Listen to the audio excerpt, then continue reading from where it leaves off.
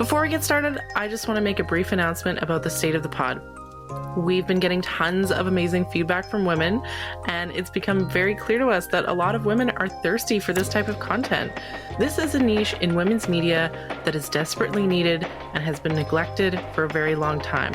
And we really want to be able to make more content. There's just one problem, and that's money. We would love to be able to quit our day jobs and work full-time on content creation, and the only thing holding us back is the fact that we got bills to pay, if I'm being totally honest.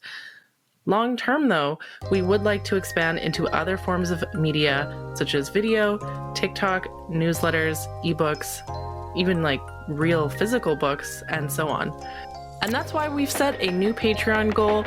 As soon as we hit $10,000 monthly revenue, that will be enough for us to afford to quit our jobs and start working on growing FDS full time.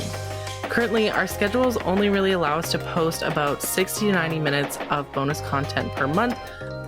And as a reward to our patrons for helping achieve this target, we will commit to posting more bonus content. So if you like FDS and you want us to grow and you want us to make more content, you can support us on Patreon at www.patreon.com/The Female Dating Strategy. And for the next 48 hours, we'll be offering a limited time offer called Lurker Mode, where you can access the bonus content at a reduced price of $5.99 per month. Thank you so much to everyone who listened and shared to help us to get to where we are now, and I'm sure this is a sign of even greater things to come. Thank you.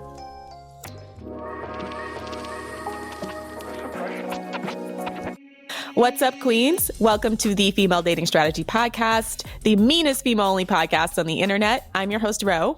And I'm Savannah. And this is Lilith. And today we have a much requested, much esteemed guest, Dr. Gail Dines. For most of our subbies and people who follow our podcast, they'll already know her and she needs no introduction. But for people who may be new, Dr. Gail Dines is a professor emerita at Wheelock College in Boston, Massachusetts.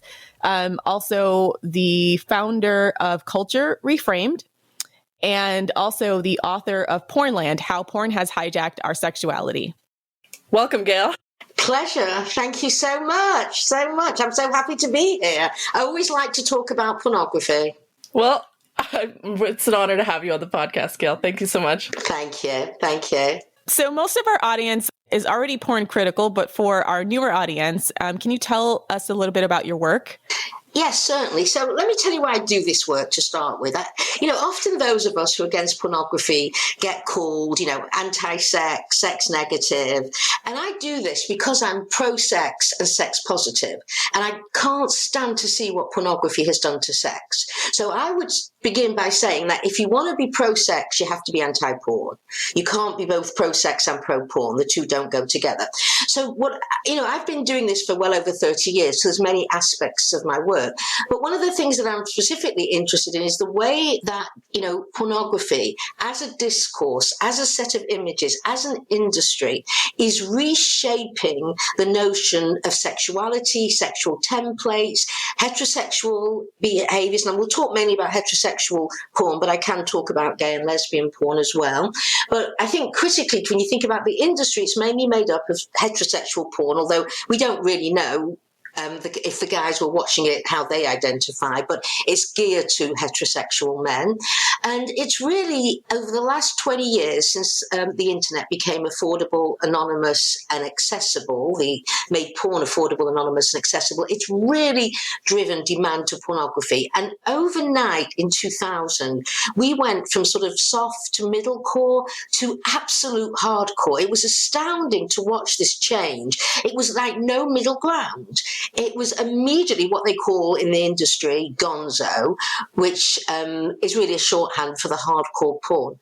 So the type of porn you see now for free on Pornhub is the type of porn that, say, just before the internet, you would have to go to a porn shop, you'd have to be over 18, and you'd have to know somebody who carried such hardcore porn. This has now become mainstream. It's a click away. The average age of first viewing porn, studies say around 11, but increasingly we're seeing younger and younger boys.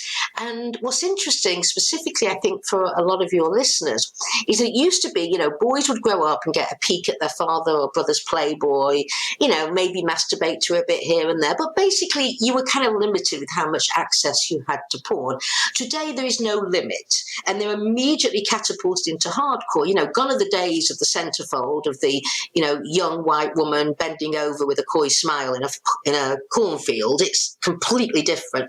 And what's interesting and what studies are showing is that men, as they kind of develop into adulthood, are not leaving porn behind. They're taking it with them into their relationships, and it's having a profound effect on relationships. We know that both from anecdotal evidence, but especially peer-reviewed articles as well from multiple disciplines. So everything I'm going to be saying today, that's around this stuff, is going to be mainly based in the research, because we have so much research on the effects.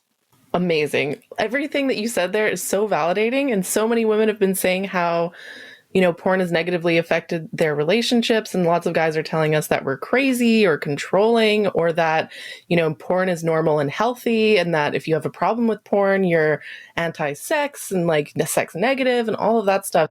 It's coming from men as well as the liberal feminist arm of a lot of mainstream media, especially in the States.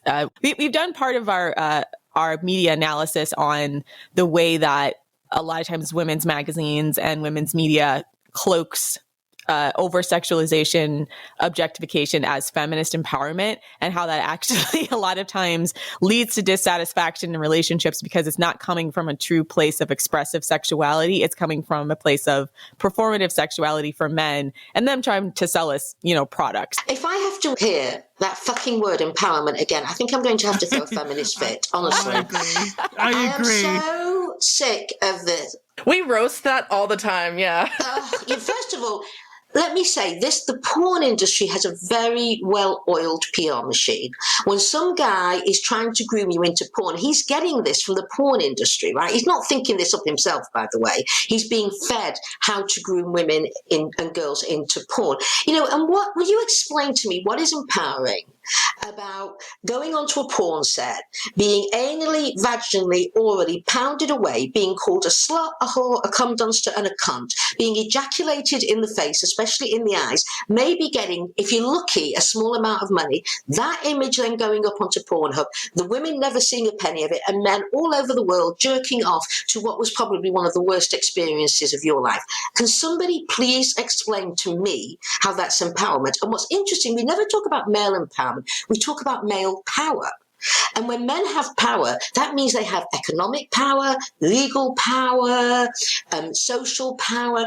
For women, our power lies in, full bikini waxes, fucking any man that wants us to fuck him, giving blowjobs. Why do they get the real material power and ours becomes a pseudo empowerment through becoming disposable sex objects for men? If we want power, we want the same type of power that men have, which is economic, social, and legal power, so that women no longer have to live as a subordinate sex class. Straight facts. A mic drop. Oh, preach.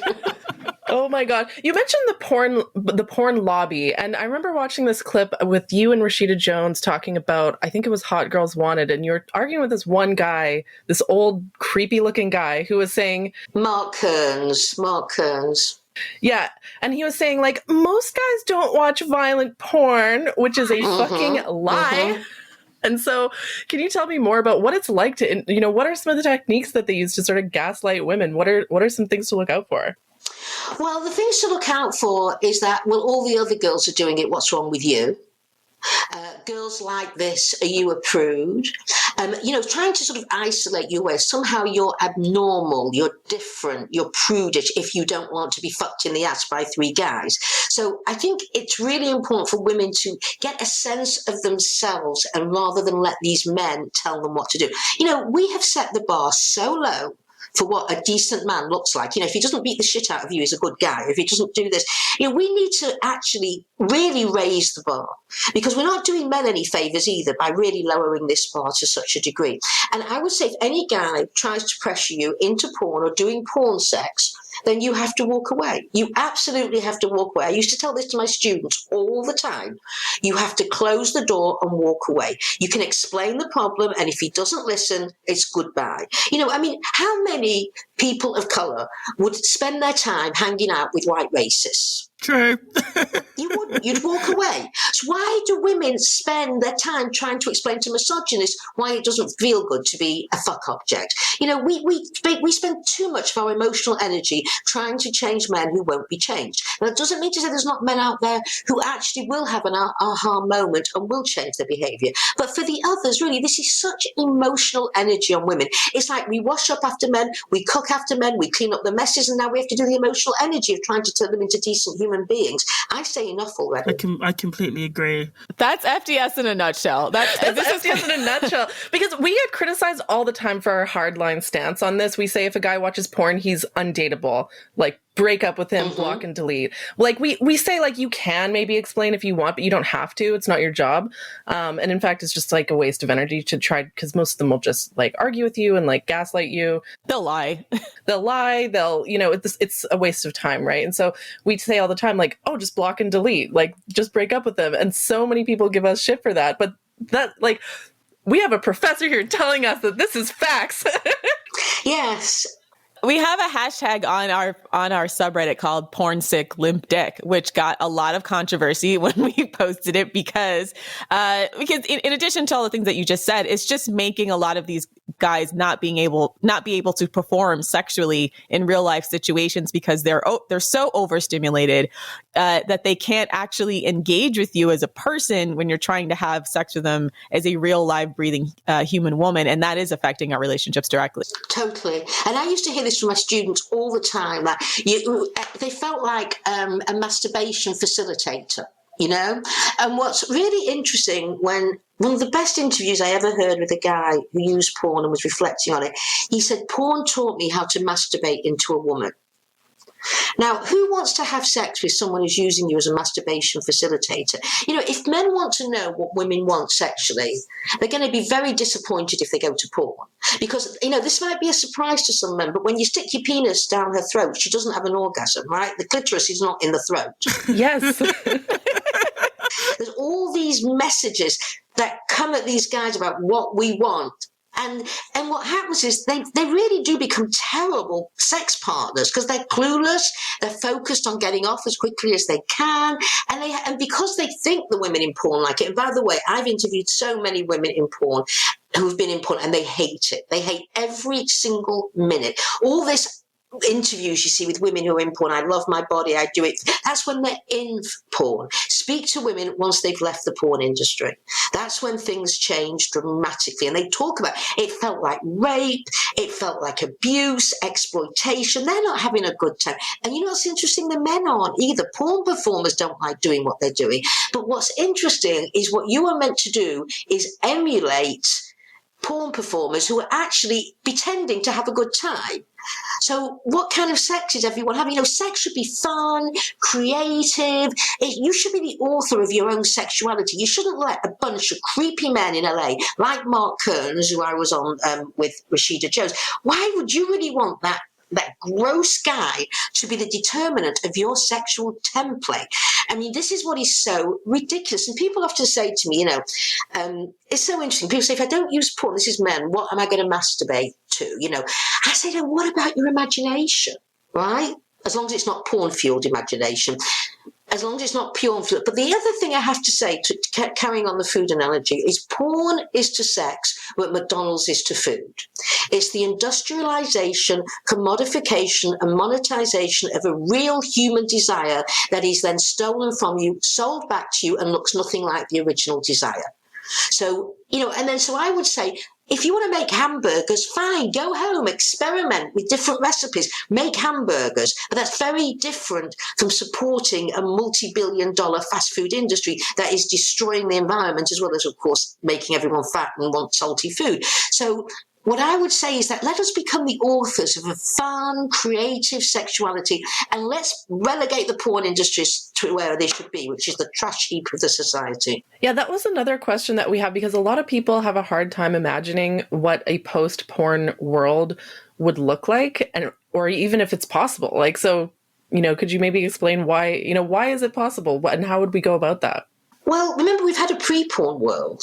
right? That people managed to have sex, and it wasn't great sex for most women, by the way. We know from the 1950s, it was like kind of lay back and just let it happen. And in England, we used to say lay back and think of England, why he did this to you. But I think now, given that women are demanding more and more that they are sexual beings who have a right to sexual pleasure, I think a post-porn world would be one in which women were seeing themselves to have a right to pleasure, were not there in the service of men sexually. And this would really make men become more creative, because if women wouldn't tolerate what men do, which, remember, a post-porn world would require also probably a post-patriarchal world, right, which is what we all dream of and hope for all the time, is that really thinking about what does sex look like that's built on not just relationships, but intimacy, consent, connection, equality, all of those things. And I'm not saying you have to, have sex with the same person all your life, or you shouldn't experiment. Of course you should, but at least in a way. And, when I was growing up, it was a pre-porn world. And I was thinking about, because I often do this work, what it was like. And first of all, I grew up in quite a small Jewish community, and they were not didn't feel perpetrators, boys. You felt safe with them. So you really got a chance to sexually experiment in a way that felt safe and connected, and you could then move on to some other guys, but you never felt like you had to perform for the guys. So I hear my students talk all the time, and, most of them don't have orgasms. They don't enjoy sex. All they can think about is he enjoying it, and does my stomach look too big in this position, or does my butt look too big? They kind of become the external observers to their body as they're having sex. They're sort of disembodied during sex because they're so concerned they look they look properly, they look like they should, and that they're performing on him the kind of sex exactly that he wants, that he's seen in porn. So one of the things that I found when I was just researching your work and looking at the response to it is a lot of the pro-porn feminists seem to think the answer to this is not to, not what you suggested, but to push for more and more quote unquote feminist porn. And they also often denigrate your work as just like, oh, well, she's just an anti-porn feminist and there's not enough evidence to support what she's saying. Oh, she's just a swerve. Yeah, swerve. Or, and furthermore, I mean, the other difficulties with doing this work is that there's not always a good control group because there's so many men that watch porn. So a lot of times when they've tried to do hard studies on porn, they literally cannot find men who have not watched it to use as a control group. So what's your response to that? What kind of research have you seen? Well, first of all, let's get rid of the feminist porn argument. You can either be a feminist or a pornographer. You can't be both. Okay. Pornography in its production and consumption is violence against women. And I don't care if you brand yourself a feminist, it doesn't work like that. We have no right to monetize and commodify women's bodies. That's whether you're a pornographer living in LA or whether you're Erica Lust living in Berlin. It's the same thing. So I do not buy this ethical or feminist porn. You cannot take an utterly bankrupt system and think you can make it better.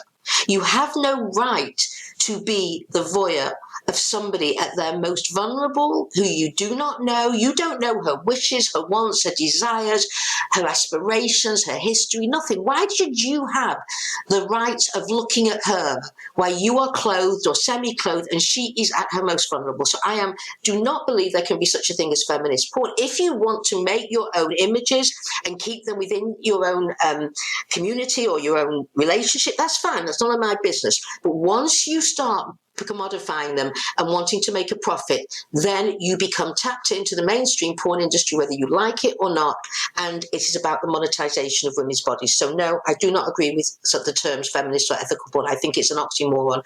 The thing around the third wave feminists, I think what's happened with this pro-porn is that they are actually neoliberals. They were not brought up at a time when radical ideas were in the air. They were often born during the Reagan-Thatcher era or the post-Reagan-Thatcher era, where rampant individualism was the key. So really, I joined a feminism that says, you know what, even if I'm okay, and I have to say I'm very okay, I've got race privileges, class privileges, I've got a lot of privileges, I'm fine, but if my sister over there is not okay, then I will walk mountains to make her okay. Because you know what? We talked about women's liberation. our job is to liberate all women, not just a lucky few who happen to have some privilege. The problem with third wave neoliberal feminism, which is more the pro-porn feminism, is if I'm okay and I like it, then fuck you, sister, over there. It's your fault. It's not a notion of collective liberation. It's a notion of individual empowerment. And let's be honest, individual empowerment happens to the most privileged of women. It happens to the whitest, most wealthy women with the most choices. So this is why, as a radical feminist, I do not buy into third wave, and I call it faux feminism, because it's not about sisterhood, it's not about liberation, it's not about the collective well-being of women. It's really about individual women and what they're doing. So I think we need to step back a little bit, because this is really part of a wider argument as where is feminism going. And I don't like it where it's going, I have to be honest. And to call us, swerves like sex works, as if we are against women who work in the sex industry. We do this work because we don't want our sisters to be sexually exploited in the sex industry. We're not against them. We see them as our sisters. And we want to make a world where women don't have to be sexually exploited as a way to feed their children or to put money or to put food on the table. So that's a complete ridiculous upside down view of reality. So I think ultimately what we have to think about is how do we get young women to really think about pornography, prostitution, all of these things in a way that is about the collective liberation and well-being of all women and not about just you as an individual. That's the hardest, and especially the United States, which is founded on this notion of individualism. And the research, let me talk to the research. There is over 30 to 40 years of research, empirical research from multiple disciplines that show the same thing. When you're in social science, as in any science, you go with the weight of the evidence. Now, I can find you junk science, just as I can find you a piece of junk science that says climate change isn't happening. You always got some junk science. That's why you need to go with the weight of the evidence. And without question, when people argue there is no research, we have longitudinal research now which shows causation, where they're following boys and they're holding all variables constant except for their use of pornography. And what they're finding as they move into adulthood is that the more boys view porn, the more likely they are to sexually abuse, the more likely they are to rape, sexually harass, coerce girls into sexting, become themselves perpetrators, all these things. And these are actually causation, not correlation. So anyone who argues that there's no research is simply willfully ignoring it or just doesn't know about it. Yeah, we actually get people who say the opposite. They'll say like, well, the research says that porn is amazing and healthy. And we even had one feminist we were arguing with, quote unquote feminist, who was saying that the sex offender registry is anti-feminist and that if you're a good feminist, you should be like a pro abolishing the concept of the sex offender registry. And we'll point to junk science to quote unquote prove that. So like they've lost the plot, like basically. They lost the plot. Like help us out. Like how do we respond to these crazy people? Well, let's just talk about the sex offender. There are some people on there who shouldn't be, I have to say. Right? Sometimes it's too cast a wide net. For example, young girls who sexed to who were under 18, sexed to other people can be called sex offenders because they're sending child pornography. Yeah, so people like that shouldn't be on the sex. No, but that's the thing. No. Like our argument is like if there's problems with the sex offender registry, we should change it or reform it and not abolish it. Abolish it. Exactly. Not abolish it. Yeah, not abolish it. No, that's a wacko argument. You know, why bother? I would say to that person, you know what? You send me the evidence to read this. Instead of me fighting with you, first send me, and I often do this when people argue with me, I say, you know what? If you disagree with me, send me the links to the studies. Let me read them and I'll get back to you. Of course, I never get any emails and links and anything like that. But that's the way. Don't spend your time defending it. Ask for the studies so you can read them and assess them yourself. And believe me, you won't have to read any studies because no one will send you any. Most of them just send us like a YouTube link to some idiot talking.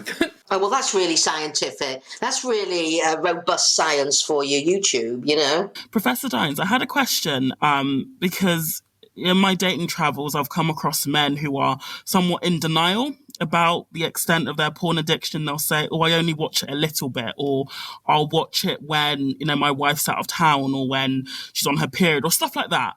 Do you think there is such a thing as, porn in moderation? Yes. No, we know that not all men who use porn are addicts. right? That we certainly know, of course. The question becomes not are all men addicts, because that's an easy answer. No, it's can you masturbate to porn on a once, twice a week or whatever, and come away unchanged? That's the issue, and the answer is no. You cannot. The porn is such a thud to the body. Just think about what's engaged in the body. Cognitive, emotional, the limbic system, your dopamine releases. I mean, when you are masturbating and orgasming to porn, it is an incredible shift in sexual templates, in the way that your neurons fire and wire, in the way that you develop ideas and attitudes. You cannot walk away unchanged from porn. Will you walk away a predator, a rapist? Probably not, right? If you're not using it regularly or you've not got other issues going on. But you will be changed in a very profound way. And the question that these men have to ask themselves is really, is this who you want to be? And this is very interesting, because I lecture in many universities. And what's so interesting is I get at the front row these guys who come in ready to do battle. You can see, that there's this smouldering kind of rage coming off them as I come on the stage. They're sitting there with their feet up, their baseball caps turned backward, and really they're ready to sit. And then they think, what can this middle-aged woman, what the fuck has she got to say about me and porn? What does she know? And what happens is very interesting, because I'm on the stage and I'm above so I can see. And you know what? Within 10 minutes of me talking, if they could reach out and touch me, they would. It's like at last somebody is saying, I'm not a vile, disgusting pig for using porn. Because I say, you are victims of this industry. They are out to get you. They are out to turn you into life support systems for erect penises. And I believe you are worth more. In fact, you know what? Feminists are men's best friends. We all believe men are worth more than the pornographers say. Otherwise, we wouldn't do this work. And at the end, these guys are lining up, some of them in tears, begging me to get them resources to get off pornography. So, I have to believe, doing this work, that these men, and it's very interesting because I show porn in my talks, just stills, not films, but what happens when men and boys are aroused and masturbating to porn, they're not in any position to do a robust deconstruction of the text that they're masturbating to. You understand? They want to get off, and they want to get off as quickly as possible.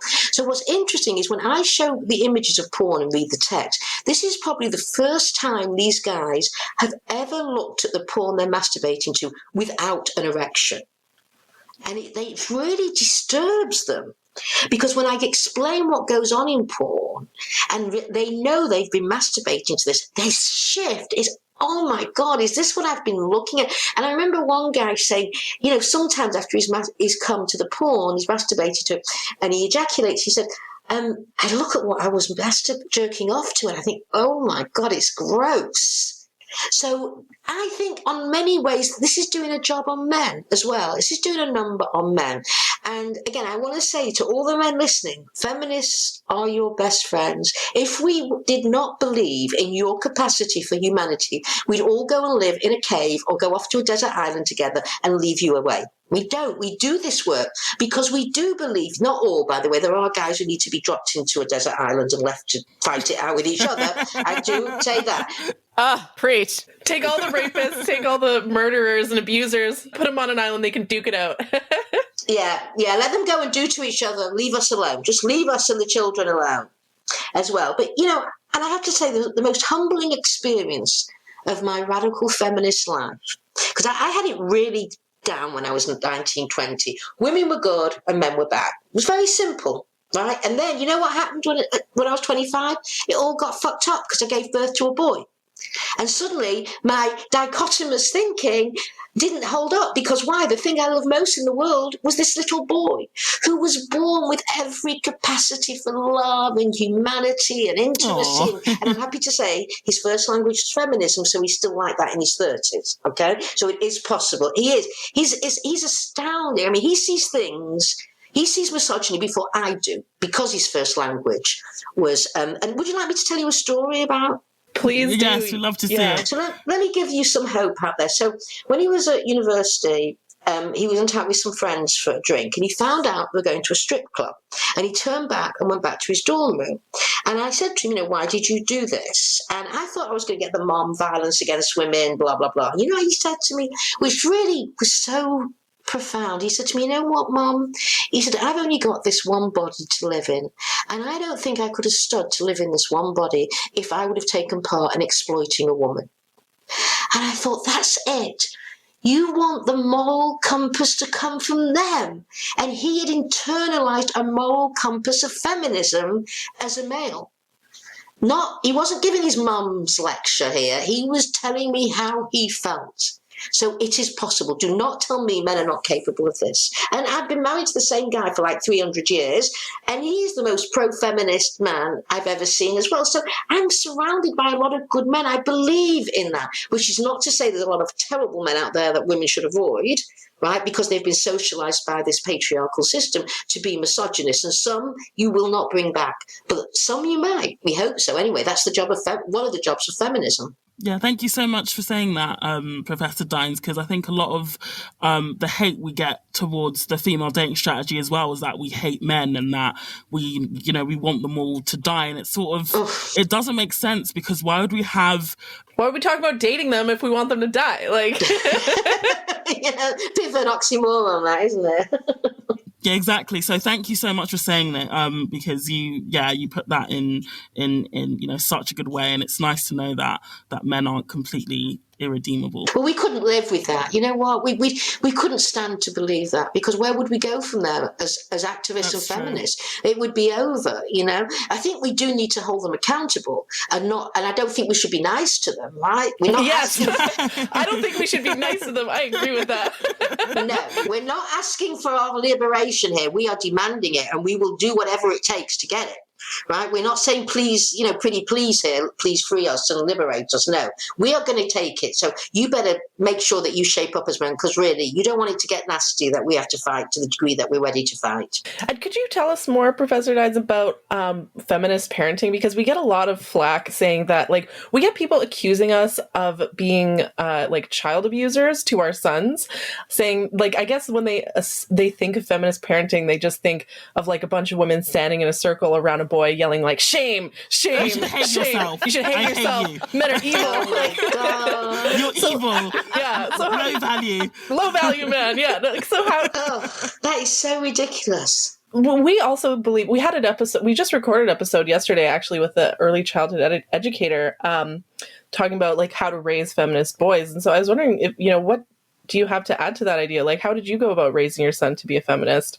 Well, first of all, it was my husband and I doing it together, because very important that he had the role model of a man who is pro-feminist, right? Because, you can't, when you're battling with them, if you're in heterosexual and you're with a man and you're battling with how to raise a son in a feminist way, that is going to cause a shitload of problems. So how we did it was, first of all, no great lectures. The last thing kids want are great lectures, right, to be lectured at. So one of the things we did, it was just from a very early age, we introduced words like sexism, misogyny. So my son would come home at 4 complaining that his friends had been sexist today and he had to say something. And then he would know these concepts. So another time I walked in on him and he was watching, this is 5 years old, and he's watching National Geographic, and he's pointing at the television and he's shaking his head. I said, what's the matter? He said, they keep saying man and his environment. What about women and their environment? These were things he recognized so early on. So what we did was just used very teachable moments. So we'd be driving, and best way to do it with boys is in the car or biking, because eye to eye doesn't always work. So we would be driving. I say, oh, look at that picture. What's wrong? He'd go, oh, it's really sexist. Look at how her body looks. She's got no clothes on, or something like that. And then we would talk about his body. So as a joke, one day he came home and said something like, the little boys get obsessed with their penis in patriarchy. So he said, I'm going to sit here and I'm going to put my penis over there because it's so big. And I said, listen, honey, you know what? I said, your penis is connected to your beautiful head and your beautiful heart. So you can't make any decisions about your penis because it's always connected to your head and your heart. So you're all one beautiful body. So just little things like that, and then move on to a snack. not a whole lecture, right?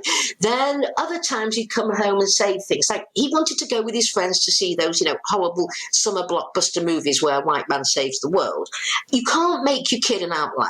So he would go, but we had an agreement in the family that within 2 days of him going, we had to have a discussion about the movie. So he'd come home and say, okay, so what do you think could have happened before it turned into a gunfight? What other ways do you think they could have come to some agreement before it got to... And then we deconstruct movies together. So then when he was 12 and 13, because you've only got till they're about 10 or 11, they think you're the smartest person in the world. And around 11 or 12, you're the biggest idiot that ever walked the earth. So you've got a front load. So then he'd go to the movies and he'd sit down with his friends and we'd discuss it. And he'd come home and I'd say, how was the movie? It was one of those awful at that time Bruce Willis movies or Arnold Schwarzenegger. And he'd say, it was really cool, Mum, I loved it. I said, great. I said, how would I have liked it? He said, Mum, you would have hated it. And I'd say, why? And out of his mouth would come this incredible feminist analysis. But you know what? It was his mother's, not his. But really, he was sitting there with a dual brain of a 12-year-old enjoying watching the movie and of a 12-year-old deconstructing it from a feminist perspective. And as long as he could argue at that age that it was his mother's analysis and not his, he was free to really go for it. So you've got to step back a little bit and let them have some freedom, because you know what, once you've front loaded, they come back. They really do. It gets absolutely melded into who they are, and then they respect their own bodies. They have a sense of themselves. And you know what, it's the opposite of boy hating to bring them up as feminists. Boys are not doing well in this culture. They are more likely to die of suicide. They are more likely to die of risky behaviors. That masculinity is not healthy for anyone, not boys, not girls, not the planet, nothing. So we are really helping. I think bringing up a boy as a feminist is the biggest gift you can give to him. Absolutely. I'm thinking him up in toxic masculinity, I think is terrible. And I feel so sorry for those poor little boys where you see their parents screaming at them, to be more macho and more boyish. And these poor little boys don't fit into that mold. Most of them don't. They get scrunched into it, not by the parents, by the culture, until they end up really kind of truncated human beings, really truncated, where their emotional life has been almost wiped off the map. You mentioned you and your husband raising your son together. And so, we say all the time, like, you should focus on finding a high quality man so that when you raise children together, you're on the same team and can do a great job of raising, your kids together. So can you tell us how you met your husband? Like, how did you vet for him? How did you vet him? How did you find out that he was a good man? I didn't. It was an accident. Do you know what? I decided the goddess smiled on me that day. It was I remember we were both 19 at university, and I saw him, and the first thing I thought is, he has the kindest face I've ever seen. And you know what? I was right. 40 odd years later, I can say the same thing. He is the gentlest, kindest male. And he did not grow up in a pro-feminist family, believe me. His parents did not have him married to a radical feminist. That was not their idea of what their son should be married to. You should be married to I'm Jewish, but a nice Jewish girl who stays home and makes him chicken soup on a Friday night. That was their image. Alas, he's the one who makes the chicken soup on a Friday night, But it was an accident. But what was very interesting was when we were dating, he had the heart, but he didn't have the cognitive understanding. And I remember we were at a dinner party with friends. We're in college, and we made this fancy dinner party once, and there was 8 couples. It was very, heterosexual, 4 men, 4 women. And halfway through the dinner, we noticed that we're the only ones left at the table. Well, the other 3 couples have gone to have sex, and we're fighting with each other over feminism. And everyone else is having sex, and we're having this blazing argument about, because he didn't really get it in the beginning, although he felt it. And I turned around and I said to him, his name's David, people know who he is. I don't mention my son's name, but I'll mention his name. And I said to him, David, if you want this relationship to go any further, then you have to agree that my civil rights are not up for negotiation and they were equal to yours. And he turned around and he said, God, you're right. You're absolutely right. And that was it. Finished. And he has been my rock. I mean, we even work together. He's a professor of economics, and his area is mainly in climate change. But he's now become an expert in the porn industry, and we write together on the business model of the porn industry. So I don't think this is where he thought he'd be married to a woman who spends her life looking at porn either. But it turns out he's been by my side the whole time. And what's about a good man is they not only know when to be by your side, they know when to be in front of you and when to stand behind you. They know that. And I have to say, I'm a radical feminist. I do this work, as you can tell, I don't sit on what I think. I'm out in your face. And I don't know how I managed to get so lucky to be a radical feminist and end up with a man who actually completely supports me. He'd married a strong woman, not to destroy her, but to make her stronger, which is very unusual. Very unusual. And what I'm saying to the listeners, most importantly, look, these men are not falling from the trees, let's be honest, right? But and most men you are going to have to work with. You're not going to find one who comes to you fully, developed as a feminist and understanding. But if you can work with them, and you have to decide how much work you're willing to put in. And if this is not somebody who's going to be in your life very long, then don't bother to spend it if you can. But if you think this is someone who's going to be in your life, let me tell you, those times that him and I did not have sex but stood across the table from each other arguing around feminism was so much more important than having sex. We're going to have plenty of sex later on when we figured out that this is going to be a feminist relationship. The most important thing was making it clear, first and foremost, that if this is going to continue, these are the ground rules and they're non-negotiable. I have to say, I've seen a lot of men start coming around on the porn issue, especially on Reddit. There's a growing community called r/nofap. And there's a lot of men who are now recognizing that porn has had a negative influence on their lives, because I think for the last two generations who have grown up with the internet, a lot of them started watching porn at single digit ages. And so they've developed a dependency on it that it's now, as they're getting older and they're starting to cognitively understand that it's having a negative effect on them. I find this interesting because I think about 10 years ago, especially when your book came out, it was met with such backlash. But now it seems like the ideas are starting to take hold in men. Have you noticed that trend? Yes, I've absolutely. Look, I think we've polarized. We've got those guys who are digging into their porn even more, and we've got those guys who are deciding this is not the way I want to live. And certainly that NoFap has got a huge amount of following. There's also Reboot Nation by Gail Dines that has got a lot of followers. I think they're beginning to realize what porn is doing to them. But you know what the problem is that the Women's Studies Academy has been hijacked by the pro-porn feminists. And really, this would be a place where men could learn, and women, of course, but let's talk about men at the moment, where men could learn about the harms of porn. And unfortunately, what they're doing is these faux feminists in the academy are giving them a pass to use porn in their sort of pro-porn position. So I think I think these women are these academic women are being so unfair to younger women who have to live with the fallout of men getting a pass to use porn. And I want to give an example of this, if I may. So when Pornland came out, and actually it was very interesting, I got a ton of people from the porn industry writing to me, telling me, God, you've got it so right. Let me tell you my story. I had tons of interviews following Pornland with people in the porn industry, the performers, the producers, the directors. But let me tell you something, a very interesting story. So it got selected at the Sydney Writers' Festival in Australia. So I went out there, and I have to say, it was probably the hardest 2 weeks of my professional life, because the pro-porn lobby in Australia was waiting for me. And they followed me around to every single lecture, radio and TV show I did. So the first thing I had to do was for the Writers' Festival was a gig talking about pornography. And they put me on a panel with 4 pro-porn women, some of them academics, and me. So I was, and the worst one was the facilitator, right? So I was battling it out like crazy. And so there was 4 against 1. And they were going on about how great porn was and how empowering. Anyway, at one point, now you have to just set the setting. There was over 1,000 people in this room. I couldn't see out. There was so many. The spotlights were on us. All you got a sense of the energy of 1,000 people. And at one point, I think it was the facilitator, turned to me and said, Gail Dines, you've got no research. You've only got anecdotes. By the way, I had all the research with me, but it didn't matter. But she said, you've only got anecdotes. and about to open my mouth to start arguing about the research. And at the back of the room, I couldn't see, a young woman stands up and says, I'm an anecdote. And then another one. And then suddenly the room is standing up with women screaming, I'm an anecdote, I'm an anecdote. Because these women had no clue what lives were like for young women, and the young women were fighting back. And it was a wonderful, wonderful moment to see that.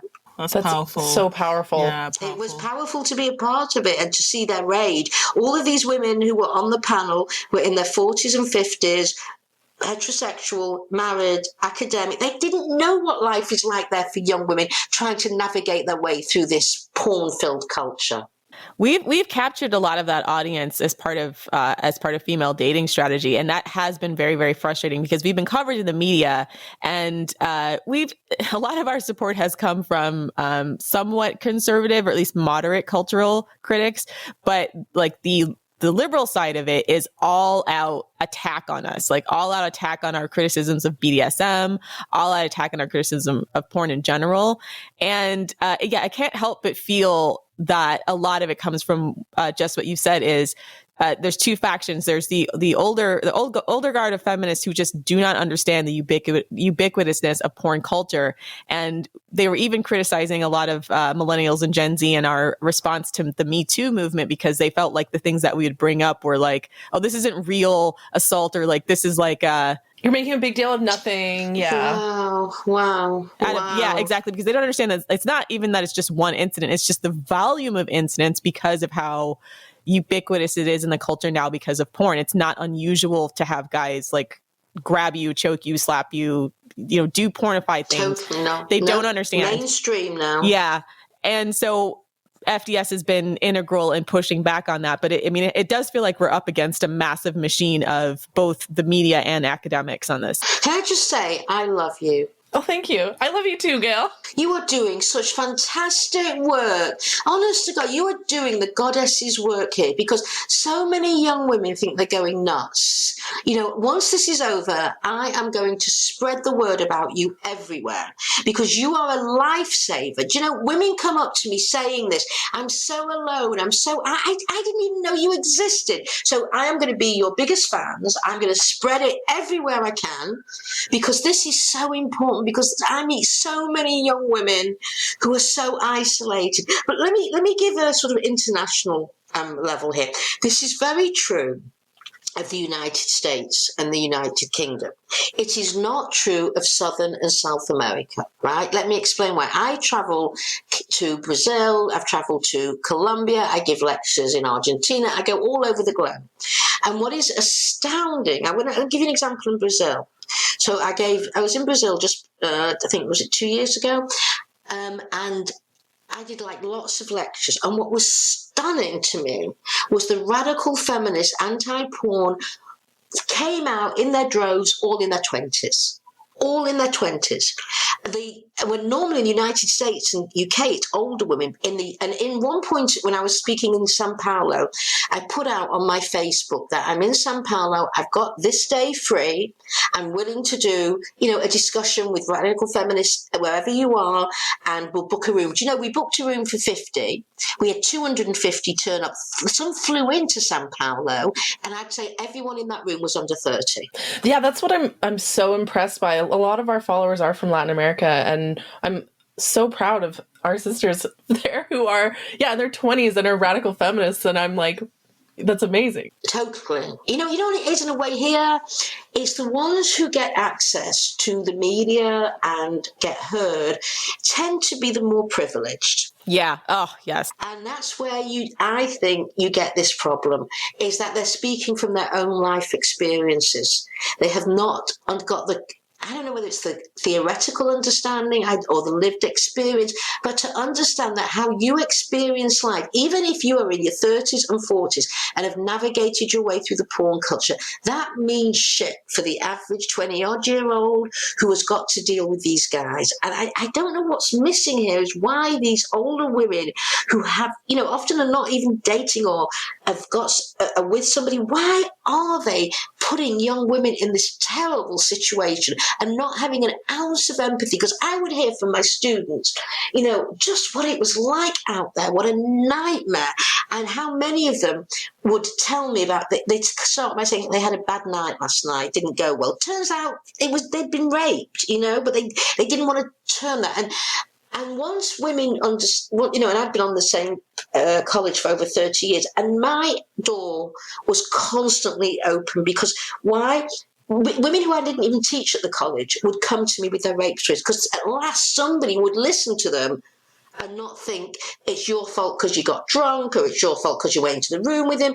And sometimes, I would actually have a line outside of my office with young women wanting to doing intakes at the Rape Crisis Centre on my office phone because they didn't want to do it on their own. I mean, that's how bad it was. And I am so angry at these older women and some of the third wave younger feminists who have completely thrown their sisters under the bus and their daughters under the bus. Yeah, we call these liberal fairy tales where Yeah.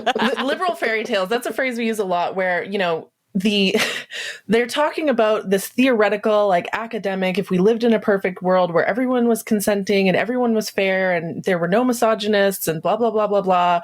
But the thing is we don't fucking live in that world, okay? The reality on the ground for women is completely different. And so many of what these academics, and I went to university too, right?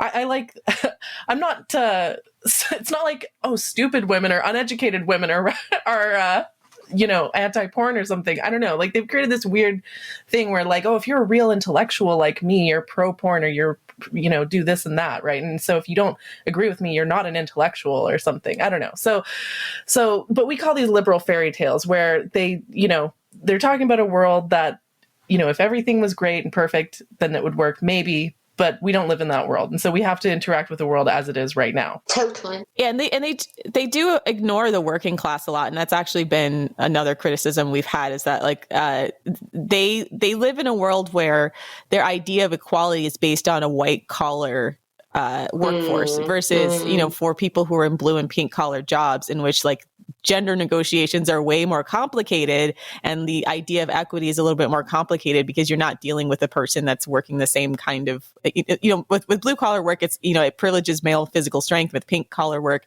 it tends to privilege women working in more nurturing or more caretaking professions. And so those kinds of women exist. And it does feel like they flat out ignore that to have this fairy tale idea of perfect gender neutral, gender balanced, gender equality and sexual equality that just does not play out for women who don't work in these very privileged, very niche places. Yeah. Exactly. And can I add to that? It's really interesting because we're talking about the academy. Is I have to say, the worst places to go to try and give over analysis of porn as violence against women is the Ivies and the top colleges. If I'm going to some community college in Iowa or Idaho or even in Massachusetts, you don't get this pro-porn position. It's really the Ivies where it comes at you the most. And again, it's because no accident these are the most privileged, but you do not see it in colleges where you've got, many working class women. And remember one thing, working class women need to be much street smarter. Money buys you the privilege to be stupid. It really does. If you've got a lot of money, you don't need to know how to do things because you pay people to do them for you. Whereas if you need to do everything on your own, you cannot afford not to be realistic, have your eyes wide open and be strategic about how you live your life because life is so difficult. So I think that's a critical part here. And sometimes often when I'll go to a Ivy University and I get a really particularly stupid, awful question, I think to myself, you've got to have a PhD to ask such a question. Only a PhD can ask that question. Yeah. Yes. Oh my God. We were saying the same thing. Why are PhD people so fucking stupid? Because you're taught not to feel. And also remember, to get a job, you cannot get published if you're anti-porn. It's almost impossible to get published. So what happens is, I would not, if I was now going on the job market, I would never get a job with my politics. I left anti-porn radical feminists, forget it. So today what's happened is you can't get published. Publication is your seat to tenure. You are excluded from the academy. You are ridiculed. The very way you cannot do your work, basically. So what you see is, I think, a lot of women crumbling, or those who are anti-porn, and I understand this, stay quiet because this is their livelihood. They need to get tenure or keep their job. So, the academy has really become a kind of policing institution for this kind of thing. Yeah, I had so many issues with that when I was in school as well, where, we're a campus of, free ideas and free thought and stuff. But really, in reality, there's only a very narrow set of ideas that, and I learned very early on in school, if I wanted to get good grades, I had to just regurgitate whatever the professor was saying. Well, that's outrageous. That's outrageous. Because I would say to my students, you don't have to agree with me, but you have to make really good arguments if you disagree and bring up the research. But nobody gets brownie points in my class for agreeing with me. You get brownie points for making good, solid, scientific and theoretical arguments so that you become a thinker and a critic. And I had some students, not many, because after taking a class with me, most of them were anti-porn, but I had a few who still were, and that was fine as long as they could make arguments for it. And, that was okay. But you really want to create free-thinking intellectuals who have the courage to go against the hegemonic thinking. That's really what progressive pedagogy is you bring up the hegemony, the dominant ideology, you give them the tools to deconstruct it and think of a counter-hegemonic discourse. I honestly think they're afraid, even outside of academia is because so much of the media hires from the same kinds of schools and the same kinds of thinkers that a lot of times we see magazines that are geared towards young women that often have young women writing for them, but they're regurgitating the same kinds of ideas that you'll hear at a lot of like Ivy liberal arts colleges because they know they won't get hired as a journalist, or, the pro-porn lobby is always a lucrative advertising market. It's so powerful. Right, exactly. Exactly. Well, you know what else is very interesting, because I deal with the media all the time, and I have to say, when I have time with journalists, young women, and we talk, and then they talk about their lives, I almost caused a mini revolution at Cosmopolitan. Oh my gosh, tell us this story. I'm dying to hear it. So I'm not going to mention any names, but there was one woman particularly who was young, but really felt that porn wasn't okay. And we spent a long time in the interview. She brought others on. So they formed a little group to start putting in anti-porn stuff in. And this was a few years ago. Now, I haven't seen them lately, and I wonder if they got fired, but they were writing to me, and I was helping them figure out stories and stuff about how to get it in ways that it would be it would be on the down low kind of thing, but at least they would get anti-porn, and they were great, and they were so frustrated with Cosmopolitan, let me tell you. But they had, these are top jobs when you're looking to be a journalist. I've even had, one of the worst is Vice magazine. Oh my God. Right? They roasted us. Oh my God. Right. They must hate you, right? They hate me. They hate us. Oh yeah. But you know what's really interesting? I've got friends at Vice, and I have help them figure out ways. So there's been a few articles in Vice where I've sort of taken a more Marxist critical approach to the porn industry, and this has really interested a few of the journalists. So there's some you can get hold of. So and then I get the journalists who call up and say, so Gail Dines, you're an anti-porn Christian book burner, right-winger. And I say, well, actually, I'm a left-wing radical feminist Jew, so you've got a few things wrong here. They slam the phone down on me. They literally, the phone goes, because they realise now they haven't got me in that little place they want to put me. I did my PhD on the Marxist theory of culture applied to pornography. How are you going to put me in the right-wing book-burning? Plus, I'm Jewish. Jews do not tend to have an issue around sex, right? We have lots of issues, believe me. We're very neurotic people, but we do not tend to be that neurotic around sex, okay? So, they can't. And so when they can't pigeonhole you to get rid of you, really, sometimes the phone is literally slammed down on me. I love a good Marxist analysis, so thank you so much for that. Yeah. Well, you can't understand porn without understanding Marxist analysis of capitalism. That's That's where sort of my husband and I really write about, is understanding the role of capitalism in pushing forward the porn industry, and the way that porn is actually capitalism par excellence, right? Marx said, so interestingly, like during the Industrial Revolution, I don't know how he understood this, but he said capitalism will sink into every single nook and cranny of your life. How did he know that then? And now here we have the most private, intimate parts of our life, our sexuality, commodified by patriarchal capitalism. How did he know that was going to happen? Brilliant. You read Marx and you think, this guy had he must have had a crystal ball into the future, because I don't know how he understood what was going to happen. Absolutely, yeah. And I wanted to ask you about, on the topic of academia, one of the arguments I hear is, being against porn means you're anti-free speech, and that if you care about free speech, you should be fine with porn or something along those lines. So how do you counter the free speech argument? Well, I don't. I say I completely believe in free speech, which is why I don't think the pornographers should have stolen the speech around sexuality and and relationships. Who has stolen the narrative here? Who is the dominant partner in writing the narrative about sex in our culture? It's the porn industry using its $1 billion to shut us all down. I wish I had free speech. I would love free speech, okay? I want as much speech as the pornographers have. Then we've got free speech. They use that argument because those with free speech shut us up by making us silent because we don't have the dollars. Speech is not free. It is the most expensive commodity you can buy. Look, we can do shows like this, which are great, but I can't get into the New York Times. I can't get the same reach as Pornhub. That takes money.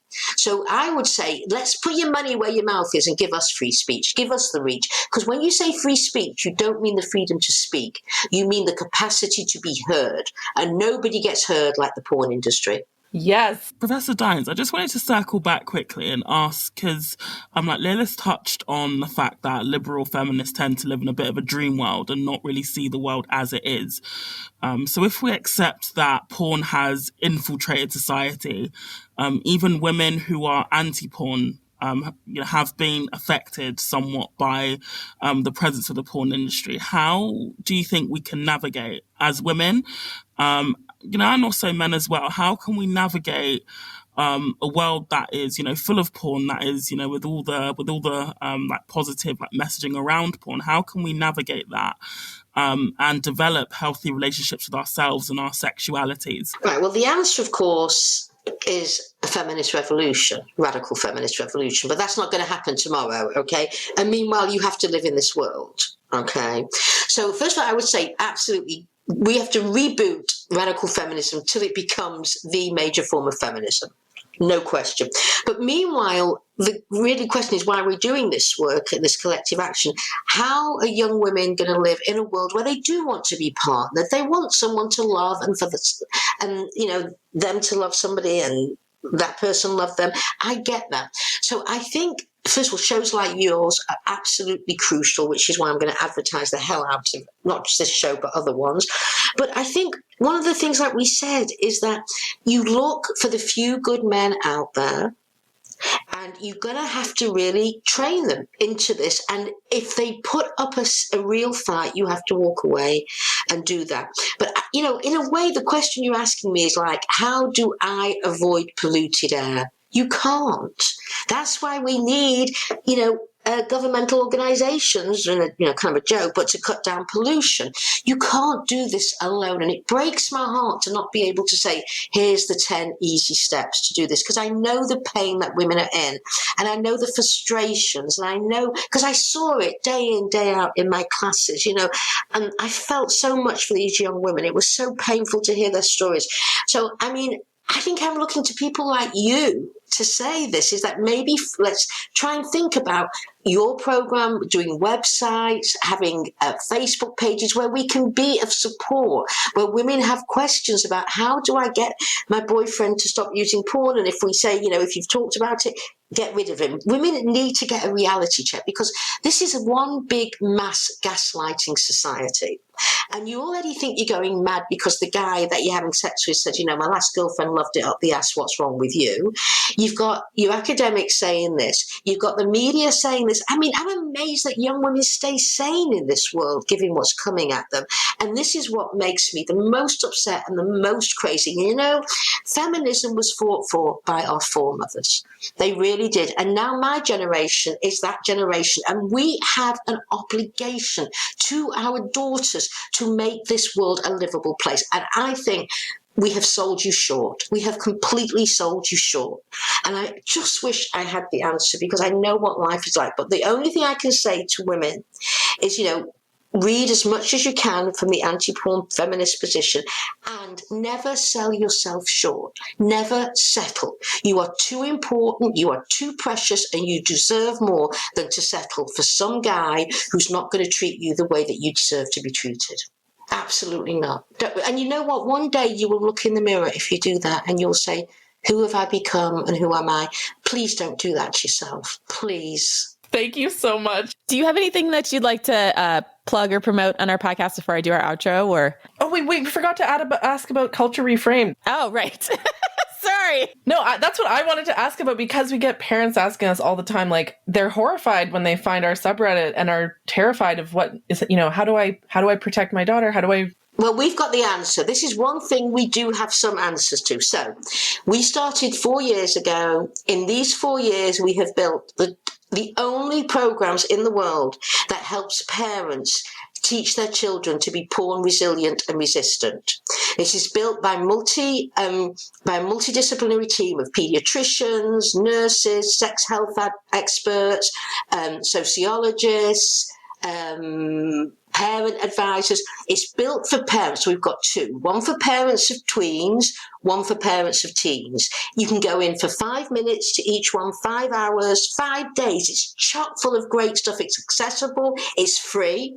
We made it free because we wanted to make sure that any parent, irrespective of socioeconomic background, could afford it. And go in there. We've got as much of what we're teaching you step by step is how to have these conversations. What we say to parents is, you do not have 100-minute conversation, you have 100 1-minute conversations. And we've even got scripts on what to have. We've laid out the scripts from you kid, and we assume that your kid would rather be anywhere else in the world than speaking to you about pornography. So we've even got second scripts that tell you if it goes bad, how to come back to it. So we lay out the groundwork, how to set the scene. We have a model called Compose Yourself. So if you feel you're getting aggravated, shut the conversation down, go and read the Culture Reframed Compose Yourself to calm yourself down, go back and do a do-over. And we say, above all, never shame or blame your kid. If you want to shame and blame anyone, you shame and blame the porn industry, you shame and blame the culture that has allowed this to happen and the porn industry to hijack our kids. So this is for parents, and each one took about 1.5 years to write. It's been peer reviewed over and over again, and it is accessible. Lots of great videos you can show your kids, you can sit with. So this is our gift to the world. It's to parents and caregivers. And in fact, it's now being translated. It's been translated into Turkish. We're talking with people to translate it into Spanish, Portuguese. It's being used in Sweden, Norway, Iceland, Brazil, Turkey, South America, everywhere you go. And it's being used by, also because it's so robust, it's being used by doctors, pediatricians, nurses, sexual health experts. And in October the 2nd and 3rd, and everyone should mark the calendar down because it will be on the Culture Reframed website, how to get onto it. We are doing the first ever by Zoom conference on how to teach sex ed with a porn critical lens. Amazing. I'm going to put that in my Google Calendar right now. Yeah, we'd love to have you. Actually, you know what? It would be great for you to do a workshop. Would you do that? Yes. Yes. Okay, I'm putting you're right. We'll get in touch after this because I think what you could talk about would be so important in your experiences. So I'm going to put you down for a workshop. So for everyone listening out there, this is the first ever conference where we are going to look at, and not just school-based sex ed, but all types of sex ed. How do you take, because everyone's teaching sex ed as if we're living in the 20th century. We don't. We live in a society which is porn fueled. By the time kids get to sex ed, if they ever do, they've already got their sexual template formed by porn. So how do we teach sex ed in the real world right now in a pornified culture? So we've got speakers from all over the world. We're going to have breakout sessions. It's going to be fabulous. So, and you're speaking. This is it. This is so great. Yes, so excited for it. Yeah. And this was wonderful. I have to say, this was such fun. What can I say? It was just wonderful speaking to you. And I just want to applaud you for your work, really. You've made my day. I mean, I got this email from somebody I'd never heard of before and thought, I'll do it. Well, I'm so happy I did it because you're doing the most wonderful work and you're keeping so many young women sane. Do you know that? It's fantastic. I salute you for your work. Thank you so much, Professor Dines. You are just call me Gail, absolute... please. We're on first name terms now. Oh, Savannah, you're so formal. I don't know, in Britain, like We're some, proper lady. I mean, like some, academics get really uppity about titles. I don't know. Oh no, I never allowed my students to call me professor or dad. That puts a barrier between you and them. You see, I hate that. Yeah, but England's more formal. We both know that. I've been in the States now for 30 odd years, so I've become less formal. I still miss, by the way, sticky toffee pudding. Oh my gosh, yes. I've had that today with some good ice cream. Do you not have it in the States? No. Oh my gosh, I'll send. Oh, it's fantastic. I'll send you some, Gail. I'll send you some. I was just about to say, payment for this is sticky toffee pudding. I'll send you That's some. what I want. I'll send you some. I'll mail it to you. That's so unfortunate. Well, I'll look forward to it. Believe me, I will look forward to it. And that's our show. Please check out our Twitter at FemDatStrat, as well as our Patreon.com/The Female Dating Strategy, as well as our website, thefemaledatingstrategy.com. Thanks for listening, Queens. And for all you porn sick limp dick scroats out there, die mad. See you next week. Cool. See you next week.